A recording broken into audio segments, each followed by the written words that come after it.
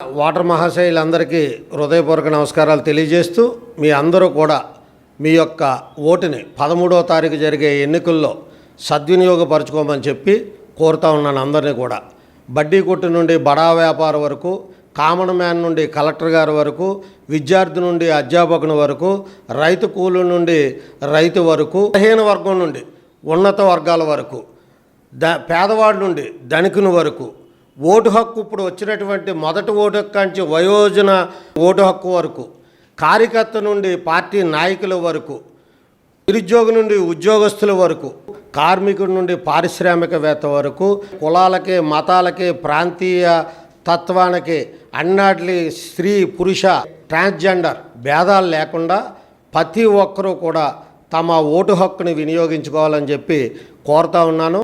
ఈ ఓటు అనేటువంటిది మనకు ఒక ఆయుధం. ఇది 5 సంవత్సరాలకు ఒక్కసారి మనకు వస్తుంది. ఇది మనం ఏదైతే సద్వినియోగపరుచుకుని ఈ ఓటుని కానీ చేస్తే అదే మనకి పునాది, మన భవిష్యత్తుకి పునాది.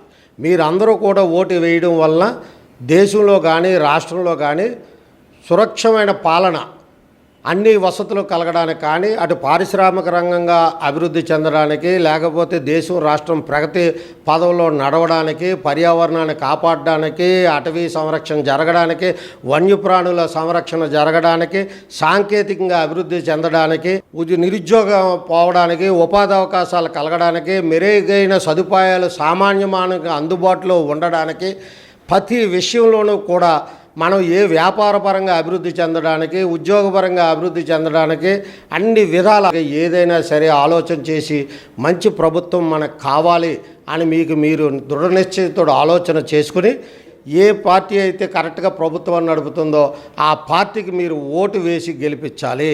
దాన్ని మీరు సమయాన్ని సద్వినియోగపరచుకోవాలి. మీరు వేసే ఓటే మీతోటి పాటు ఇతరుల భవిష్యత్తును కూడా నిర్ణయిస్తుంది. అది మాత్రం గుర్తించుకోవాలి.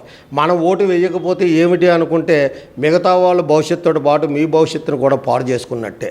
మన భవిష్యత్తు బాగుండాలి, ఇతరుల భవిష్యత్తు బాగుండాలంటే మాత్రం ఓటు 13వ తారీఖున ఓటు వేసుకోండి.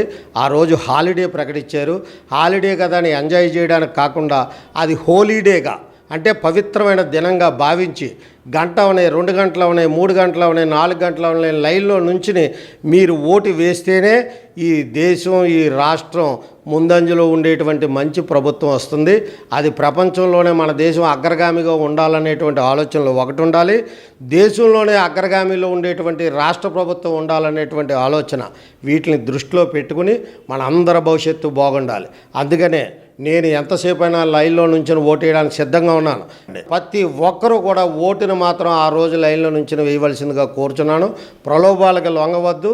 మీ ఆత్మసాక్షికి ఏది మంచిది అనిపిస్తే దానికి ఓటేసి ప్రభుత్వాన్ని ఏర్పరచుకునే విధంగా చేయమని తప్పనిసరిగా అందరూ కూడా ఓటు హక్కును వినియోగించుకోవాల్సిందిగా కోరుతున్నాను. పంతం సత్యనారాయణ చారిటబుల్ ట్రస్ట్ సభ్యుల తరపున మీ పంతం కొండలరావు.